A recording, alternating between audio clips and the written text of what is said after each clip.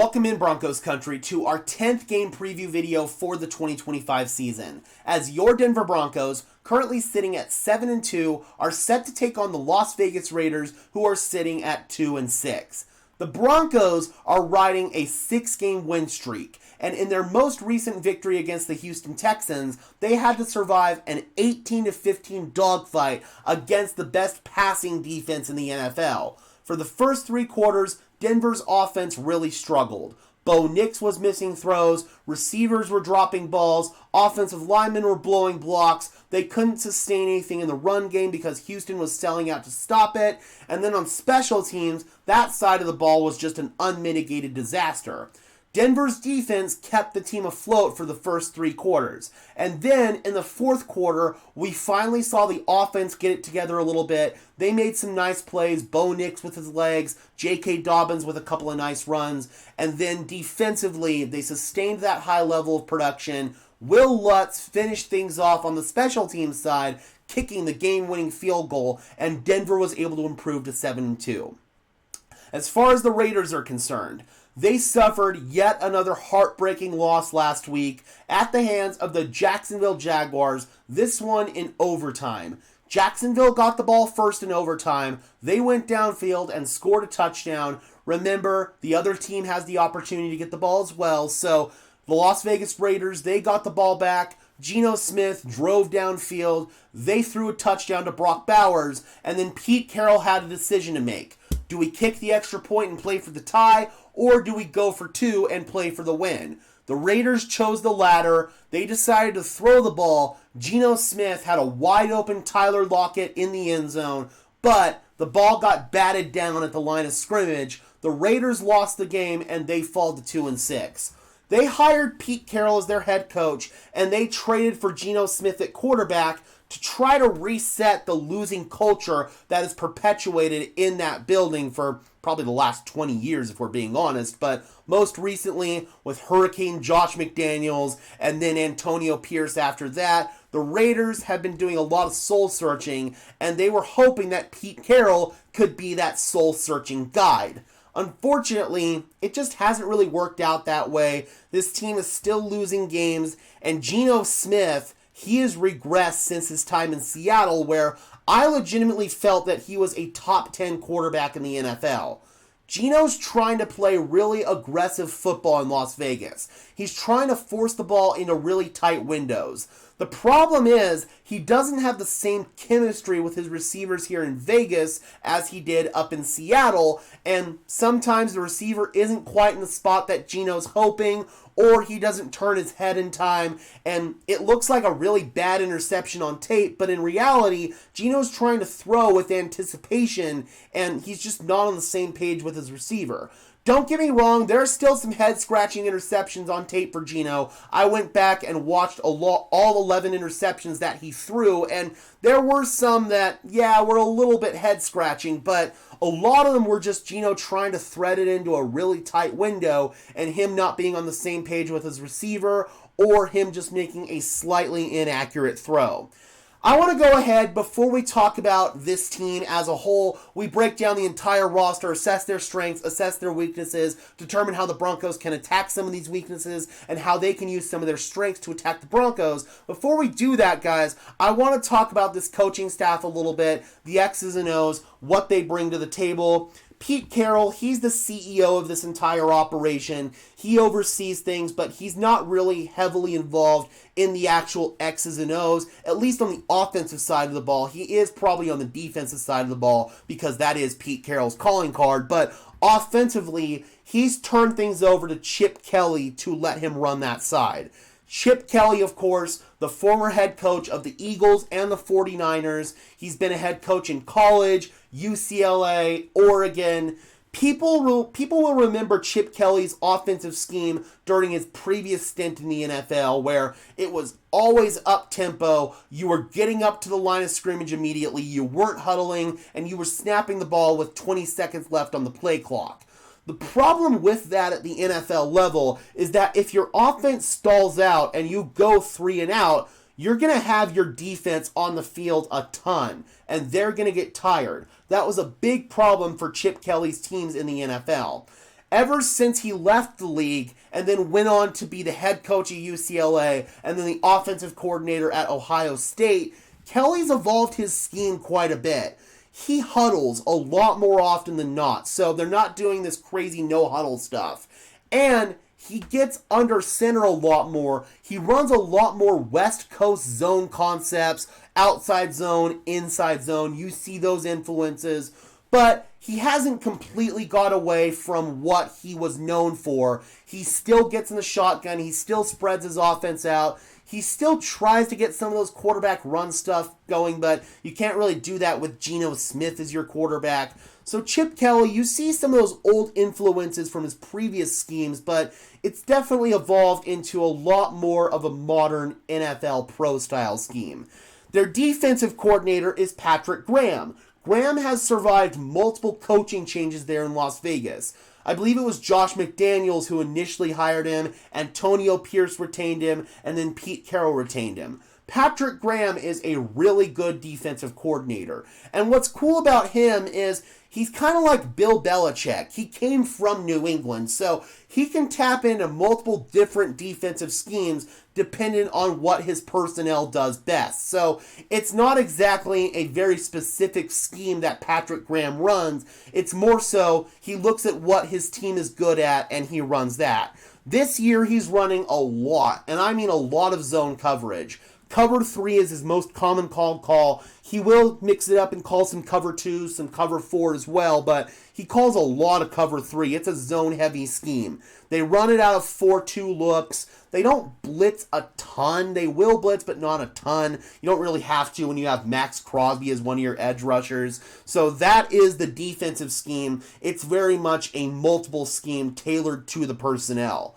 Now let's go ahead and get into this Raiders roster here, courtesy of my favorite website, OurLads, and we're going to start off with Geno Smith.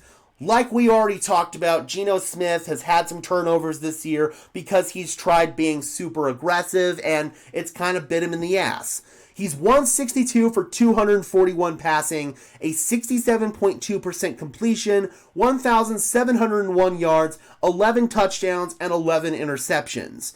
His EPA per play is getting tanked because of those turnovers. He's got a negative .05 EPA per play, which is 29th out of 36 eligible quarterbacks. His success percentage, 44.98%, is 22nd out of 36 eligible quarterbacks. And then his CPOE, which is how many passes are you completing relative to the average quarterback in the NFL, is also 22nd out of 36 eligible quarterbacks. PFF does not think Geno Smith is making a lot of high-level throws. In his previous years in Seattle, he was towards the top of the NFL in PFF big-time throws. This year, he's got just 5 of them to 12 turnover-worthy plays. His average depth of target is 33rd out of 39 eligible quarterbacks at 7.2 yards. So he's not really throwing the ball deep a whole lot. He's kind of just dinking and dunking when he's not being super aggressive. I almost wonder if Pete Carroll and if Chip Kelly have kind of told him, all right, Geno, you might need to dial it back a little bit because you're trying to fit these balls into crazy tight windows and it's just not working. You need to be a little bit more conservative, throw underneath, and take what the defense is giving you. Geno Smith, not a mobile quarterback. He can move around well enough inside the pocket, but whenever you ask Geno Smith to get outside the pocket, it's generally not good news. He's got 27 carries for 81 yards and no rushing touchdowns this year. His PFF passing grade is a 59.7. Do with it what you will. I know PFF passing grades aren't everybody's cup of tea, but it's 33rd out of 39 eligible quarterbacks. That's not great, Bob. And the thing is with Geno, he's struggling under pressure and when he's being kept clean. So it's not a mutually exclusive issue. Okay, Geno's just struggling when he's under pressure. Nah, he's struggling when he's being kept clean too. When he's kept clean, he's 127 for 171 passing, 1,301 yards, 10 touchdowns, 6 interceptions, 3 big-time throws, and 6 turnover-worthy plays. When he's under pressure, he's 35 for 70, so completing just half of his passes, 400 yards on the dot, 1 touchdown, 5 interceptions, 2 big-time throws, and 6 turnover-worthy plays. When he's not blitzed, he's 112 for 162, 1,151 yards, 7 touchdowns, 7 interceptions, 4 big-time throws, and 7 turnover-worthy plays. When he's blitzed, 50 for 79, 550 yards, 4 touchdowns, 4 INTs, 1 big-time throw, and 5 turnover-worthy plays. So it's not just a problem that he's struggling when he's blitzed or struggling under pressure. He's struggling under pretty much every circumstance. So yeah, man, Geno Smith has been a big disappointment this year. And it is worth noting, even though Kenny Pickett's listed as the backup right now, Aiden O'Connell is eligible to return off IR from his wrist injury. And there have been some rumblings that O'Connell is going to be the backup quarterback for this game. If Geno Smith continues to struggle, it would not surprise me at all if they benched him for Aiden O'Connell. The fan base has been calling for it for the last few weeks, and even Pete Carroll, who's one of Geno Smith's strongest supporters, has said that Geno has to play better, and Pete's admitted he's contemplated benching Geno at points this year. So, Geno Smith, he is on the hot seat right now, and I did not expect that coming into the year. If you had told me that Geno Smith was arguably going to be the biggest problem for the Raiders this year, I would have laughed right in your face. Another problem for the Raiders is that they're struggling to run the football at a consistent level with their 6th overall pick, Ashton Jeanty. I don't think that's really a Jeanty problem. I think it's more of a run blocking problem. But regardless, Jeanty has 124 carries this year for 487 yards, less than 4 yards per carry, 3.93 yards per carry, and 3 rushing touchdowns. He's got 20 catches for 133 yards and 3 receiving touchdowns as well, but I think Ashton Jeanty and the Raiders as a team would all like for him to be more of a factor on offense, and I do believe as time goes on, especially considering that the Raiders just traded away one of their receivers in Jacoby Myers, they're going to lean into running the football more, so Jeanty's production is hopefully going to go up, not in this game, but I do feel like Ashton Jeanty, it's been a frustrating first few weeks for him because he hasn't been that dynamic, difference-making weapon out of the backfield that everybody thought he was going to be coming out of Boise State. They have Raheem Mostert as their backup running back. He's got 16 carries for 80 yards, 5 yards per carry, and no touchdowns, 3 receptions for 27 yards. Neither Jeanty or Mostert are great in pass protection. They've also got Dylan Laube there as well. 5 carries for 5 yards, 3 receptions for 18 yards. Pretty bad in pass protection as well. Zamir White's probably their best pass protection back, but he barely sees playing time for them anymore. He's got 10 carries for 25 yards and 3 receptions for 19 yards on the season. So, yeah, they're looking for more from this overall ground game, and I think it starts with the offensive line, which we will talk about in just a second. Moving into their tight end room, and obviously their biggest weapon in the passing game is Brock Bowers. Bowers has been shaken up this year. He suffered a PCL sprain in their Week 1 game against the New England Patriots, and he's been dealing with it for most of the year, missed a game a little bit earlier on, so yeah, Bowers just hasn't been himself this year. He's got 31 receptions for 352 yards and 3 touchdowns, so he's still making hella plays out there despite being injured. 123 inline snaps, 74 slot snaps, and 34 wide snaps. So Brock Bowers, he's a guy that they move all over the place. He's not exclusively an inline tight end. He's got a 76.6 pass blocking grade, 9th best out of 75 eligible tight ends, and a 57.2 run block grade, which is 52nd out of 88 eligible tight ends. But again, he's not really an inline blocking tight end. That's more Michael Mayer. Mayer has stepped in at points this year when Bowers has been shaken up, and he's had to be that number 1 tight end. 15 receptions for 133 yards and 1 touchdown, 166 inline snaps, 26 slot snaps, and 13 backfield snaps. So again, Mayer, more of your traditional Y inline tight end. A 43.2 pass blocking grade, 67th out of 75 eligible tight ends, and a 61.3 run block grade, which is 38th out of 88 eligible tight ends. So not a bad inline blocking tight end. They've also got Ian Thomas, the former Carolina Panthers tight end, as an inline blocking tight end. He's got 145 snaps there, 5 receptions for 33 yards, a 59.0 pass block grade, 42 out of 75 eligible tight ends, a 61.0 run block grade, which is 39th out of 88 eligible tight ends. And then they've got Carter Runyon. He was an undrafted free agent this year.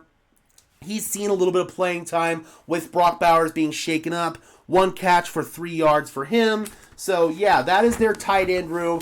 Obviously, Brock Bowers is a guy that you're going to have to account for, and he's their best weapon that they have, especially after they traded away Jacoby Myers. So if you double or even triple team Bowers, I'm pretty confident in the Broncos DBs to hold up against this Raiders receiving core, which we will go ahead and discuss now.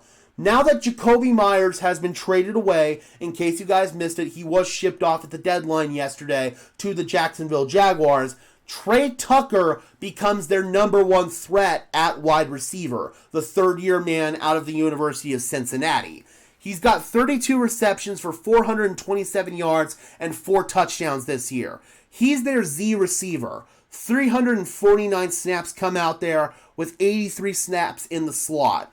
They do have Tyler Lockett on this roster now. This is the second time this season that Tyler Lockett is going to be playing the Broncos in Denver. He faced off against the Broncos week 1 in Denver when he played for the Tennessee Titans. That did not work out. He asked for his release. The Titans released him, and he signed with the Raiders to reunite with Pete Carroll and Geno Smith.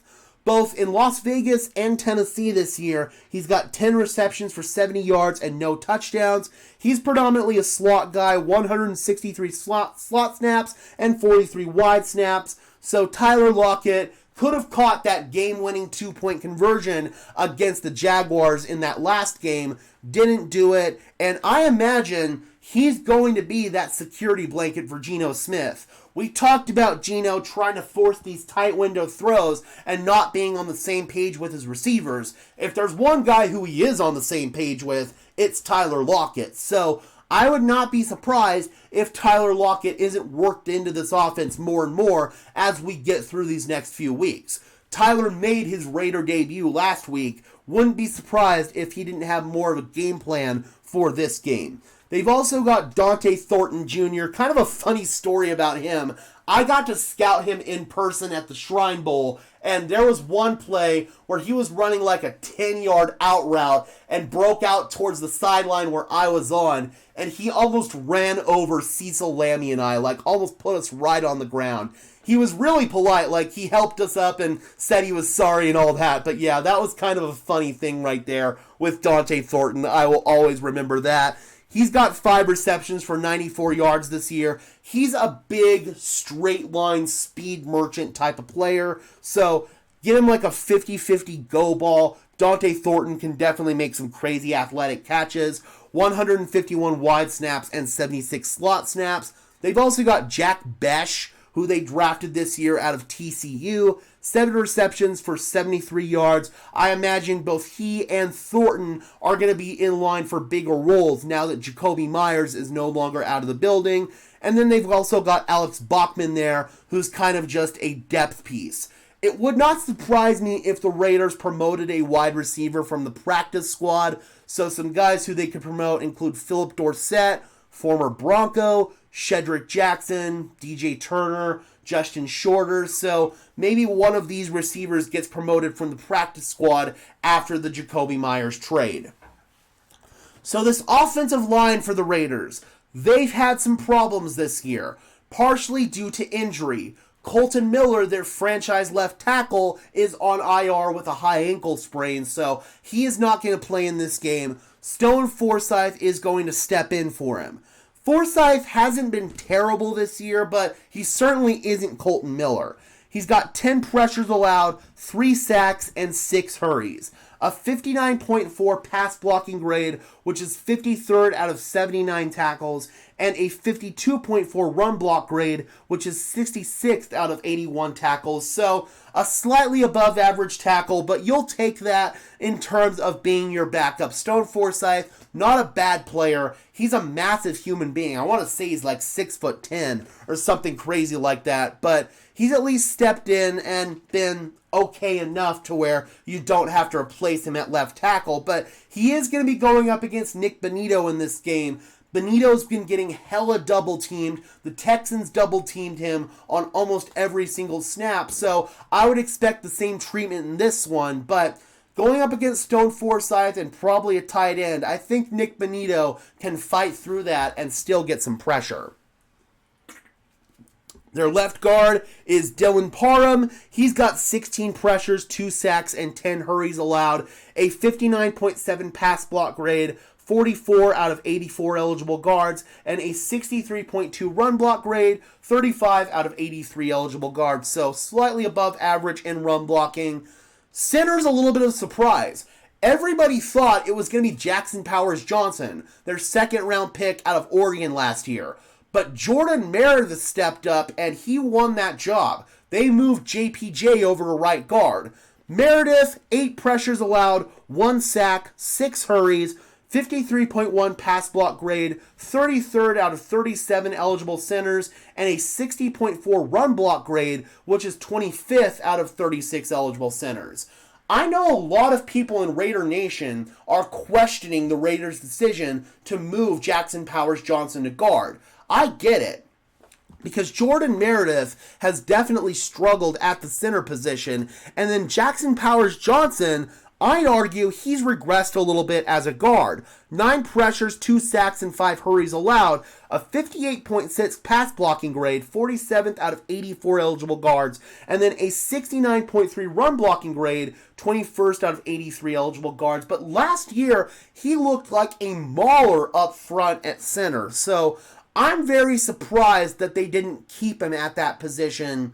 Yeah, a very head-scratching move by the Raiders there, and I feel like they're not maximizing the potential of either one of these players by having them at these current positions. Then their right tackle is Delmar DJ Glaze. He's got 17 pressures, 3 sacks, and 13 hurries on the season. I know Jonathan Cooper is going to be licking his chops going up against him. A 68.1 pass blocking grade, which is 37th out of 79 eligible tackles, and then a 48.2 run blocking grade, which is 72nd out of 81 eligible tackles.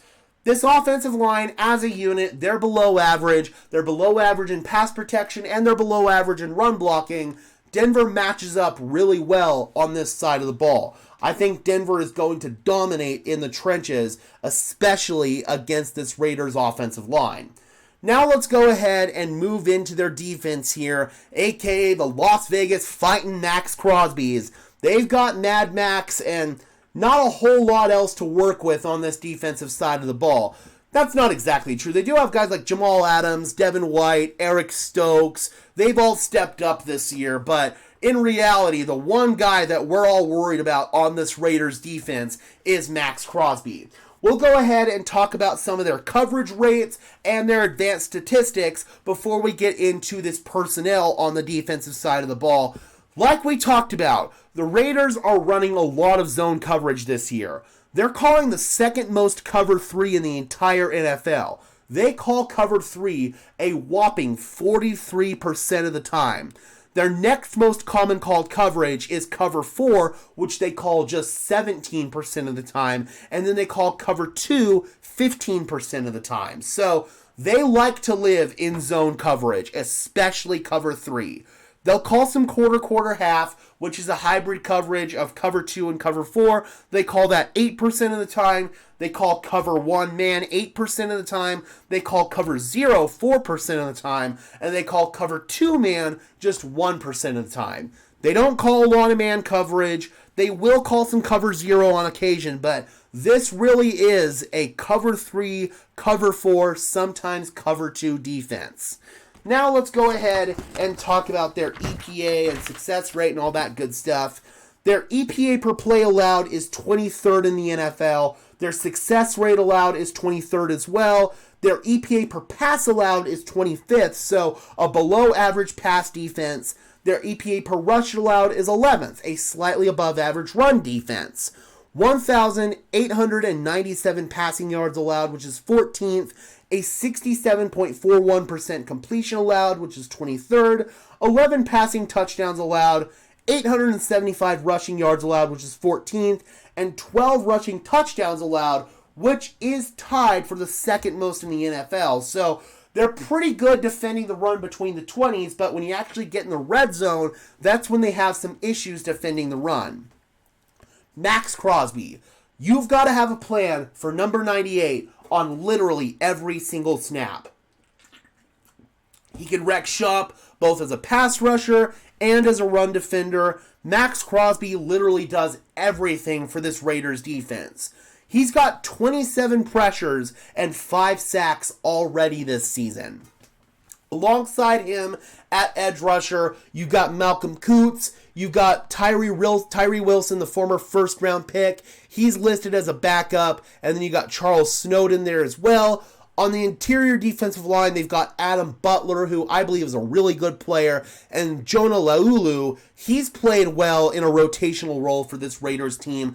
I've been impressed what we've seen from him. Along with Thomas Booker, they traded for him from the Philadelphia Eagles, and Booker's made some really nice plays on this defensive line this year. They've got Leki Fotu, the former Arizona Cardinal, Taka Hemingway, and J.J. Pegues.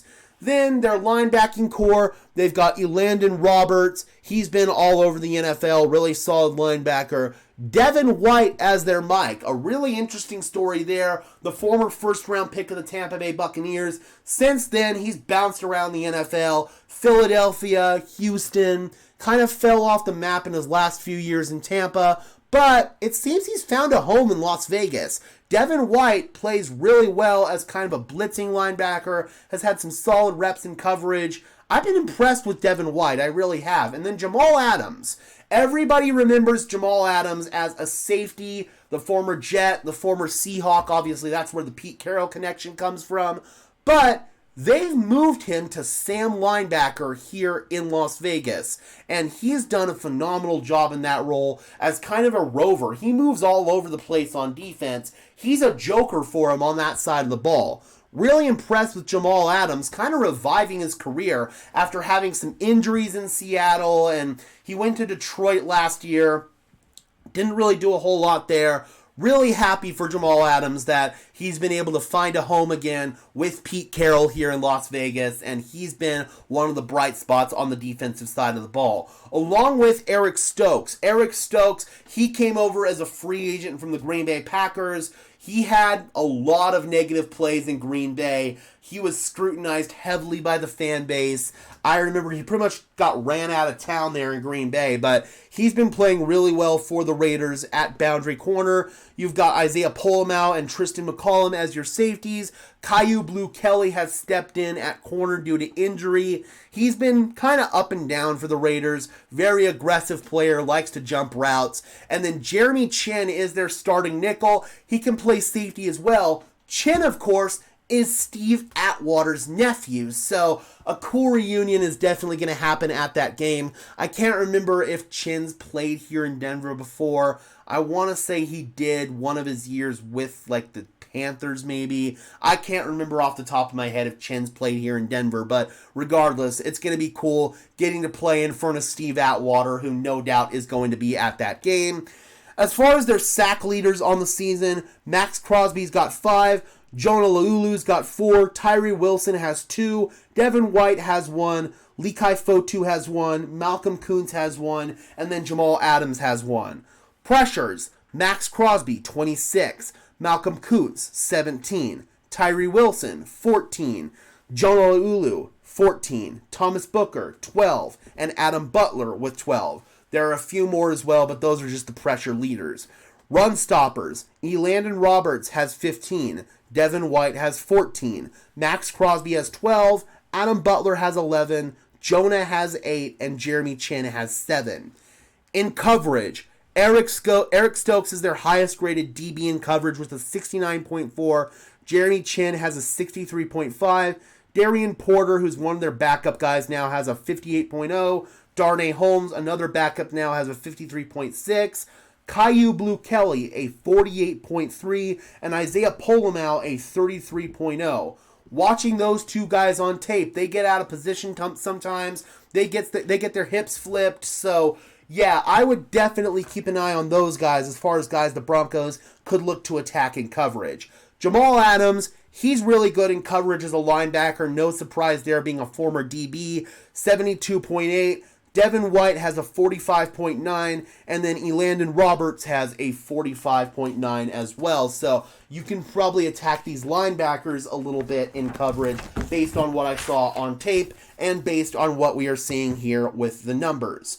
Let's go ahead and get into some keys to victory now for the Denver Broncos.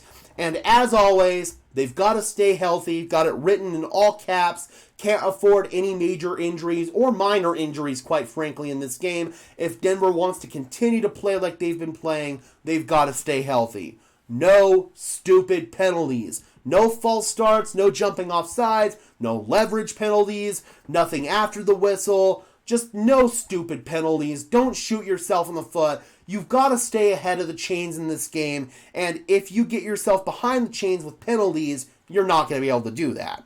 Take advantage of good matchups in the passing game. They went up against the best passing defense in the NFL against the Texans last week, and Denver struggled. They really did. But this Raiders defense is below average in the passing game. That means that Denver should be able to do what they want. They should be able to find the voids in the zone. They should be able to have a get-right game in the passing game, especially if you know where Max Crosby is on every single snap and have a plan for him. That is the biggest threat on that Raiders defense right now for this Denver Broncos offense. Sean Payton, he needs to dial up a lot of cover 3 and a lot of quarters coverage beaters. That's what the Raiders like to do, so crossing routes versus cover 3, seam rippers, one-on-one boundary shots, those should all be on the menu. And then when they get into quarters, deep posts, man. There's been a lot of conversation in the NFL. Can you or can't you beat quarters over the top? The answer is 100% you can with a deep post. So I'd keep an eye on that whenever they get into quarters. Maybe try to finally hit one of those with Bo Nix and Troy Franklin. You might not be able to run the ball as much because A, Las Vegas is probably going to sell out to stop it, and B, they've got an overall decent run game. So whenever the looks are favorable for you to run with J.K. Dobbins and R.J. Harvey, do it because you're probably not going to get that many of those favorable looks. And utilize more of Bo Nix's legs. If you can't manufacture a ground game with Dobbins and Harvey, maybe try to manufacture one with Bo Nix. Keep an eye out for Jamal Adams as a blitzer. He runs all over the place, so he could make your life hell as a blitzer, as a run defender. He does a little bit of everything for this Raiders defense. Trust your run defense to clog the gaps for Jeanty up front. You've got to bottle him at the line of scrimmage. If this is the game that Ashton Jeanty finally gets going, then it could spell trouble for the Denver Broncos. You've got to do whatever you got to do to take back Brock Bowers away from this game plan. Sell out to stop him. Put Jahdae Barron on him. Put Talanoa Hufanga on him. Put Dre Greenlaw on him. Double team him. Triple team him. Whatever you have to do. If you can take away Brock Bowers, this Raiders passing attack is really going to struggle because they don't have a lot of reliable weapons outside of him. We saw a lot of Jahdae Barron on the boundary playing outside corner in the game against Houston. I think this one's going to look a little bit more like the Cowboys game where Barron's playing more inside to try to take away the tight end, and then we'll have Chris Abrams-Drain on the boundary. I believe Chris Abrams-Drain can hold up against this Raiders receiving core, and I think Riley Moss can hold up there on the outside as well. So you've got to trust your DBs to win in man coverage on the outside. That way you can keep Barron inside to take away Brock Bowers. You've got to make some of those throwing windows tight for Geno Smith, because when those throwing windows are tight, that's when he ends up making mistakes. That's when he puts the ball in harm's way. That's when he has some of those head-scratching interceptions. So you've got to play tight man coverage in this game and contest some of these throwing windows for Geno Smith. The key to getting pressure on Geno in this game and hopefully manufacturing sacks on Geno is getting pressure against this Raiders interior offensive line. Zach Allen had a monster day against the Houston Texans. Hopefully he can have another monster day in this one. So did JFM, so I'm expecting big things from both of those players. Malcolm Roach, DJ Jones, I expect big things from them too. Collapse the pocket and make things tough for Geno Smith to operate in terms of that interior pressure. Limit Alex Singleton in coverage. We've got to say it every single game. Singleton's usually good for at least one big play in coverage, but Denver's done a good job of limiting those big plays and keeping him out of position where he has to cover. So keep doing that in this game, especially with Ashton Genty and Raheem Mostert out of the backfield. These Thursday night games can get screwy. They really can. It's a division game on a short week. Almost all division games on Thursday Night Football this year have either been close or they've been crazy. I think this game is going to be competitive to start off. I think the Raiders are going to come out. They're going to play with a sense of urgency. It might be a little bit of a slow start for the Denver Broncos, but I have confidence that Denver's going to turn it on, and I have confidence that the Raiders are going to fall off as the game goes on. So Denver's going to separate in the fourth quarter like they usually do. I've got them winning this game by 2 scores, 9 points, 26-17. I believe Denver will ultimately separate in the fourth quarter and make enough plays to win this game. It's going to be close because it's a division game and it's on Thursday night. But the better team, which is the Denver Broncos, is going to separate at the end. All right, Broncos country, let me know your thoughts in the comment section below. How do you think this game is going to go? Do you believe that the Denver Broncos are going to have a get-right game on the offensive side of the ball against this Raiders defense? Or do you think they're going to struggle again and it's going to be a slow outing for this Broncos team? Drop those comments down below, guys, and give me your score predictions as always. Be sure to leave a like on this video as well as subscribe and ring the bell so these videos appear in your notification feed. I would really appreciate it, guys. Those are both free and easy ways to show your support. It helps tell YouTube's algorithm to push us out, and it helps us get seen by more and more members of Broncos country just like you and me. Additionally, if you guys want to go above and beyond in supporting the channel, please consider becoming a channel member today. I would really appreciate it. It's not mandatory whatsoever, but if you guys want some extra perks and incentives in exchange for helping me out and helping this channel grow, I would really appreciate it. The link is in the description below. Alright guys, and until next time, I'm your host Gage Madrid, saying peace out.